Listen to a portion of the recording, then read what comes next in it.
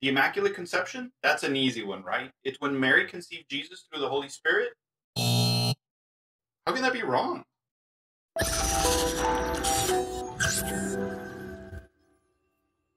The Immaculate Conception has nothing to do with the birth of Jesus.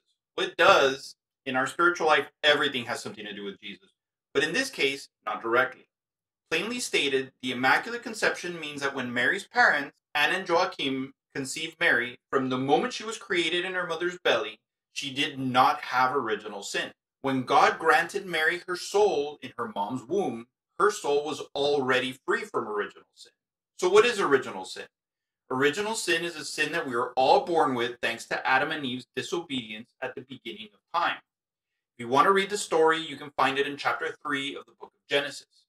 In it, you will find that both Adam and Eve were also born without original sin. They lived in paradise with God, but they were deceived by the serpent and sinned against God. The result of this first sin was that they were thrown out of paradise. Since they are our first parents, we inherited that original sin from them. And since we're all born with original sin, we all have a thing called concupiscence. That's just a big fancy word that means the inclination to sin. So if you're on the right path with God, but you're inclined to sin, you can thank Adam and Eve for that. On a positive note, we can get rid of original sin by being baptized. But unfortunately, our inclination to sin stays with us until we die. So back to Mary. If we're all born with original sin, how is it possible that Mary was born without it? The simple answer is that with God all things are possible. But let's get into this a little bit deeper. Remember how Mary is the new Ark of the Covenant? If you haven't seen that video, I'll leave a link in the description below, so this video can make a little more sense. Remember how the Ark of the Covenant in the Old Testament was carefully crafted with very detailed instructions from God. In the same way, God the Father carefully, pardon the expression, crafted Mary to bear his son Jesus. God granted that Mary be full of grace from the moment she was conceived in her mom's womb. God prepared Mary from the first moment of her creation, from her conception, because she was the chosen one to hold Jesus, God's only begotten son, in her womb. She had to be perfect or immaculate, not for her own sake, but for the sake of her son Jesus. Remember how holy the ark was?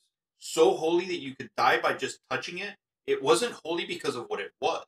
It was holy because it contained the actual physical presence of God within it.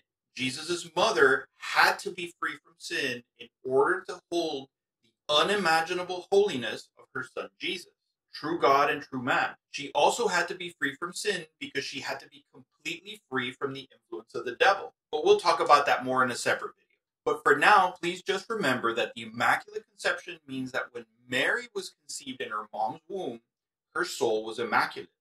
This teaching of the Immaculate Conception is one of the 4 dogmas of the Church that relate to Mary. I'll explain what a dogma is and the other 3 dogmas in future videos. So what do you think about Mary being conceived without sin? Let me know in the comments. Thank you so much for watching, and please remember to hit that like button and share this video with your friends. If you like this content, please subscribe to our channel and click on the bell to be notified when we post more videos. Please pray for me, and I'll definitely pray for you. And remember to live your life for God's greater glory. God bless.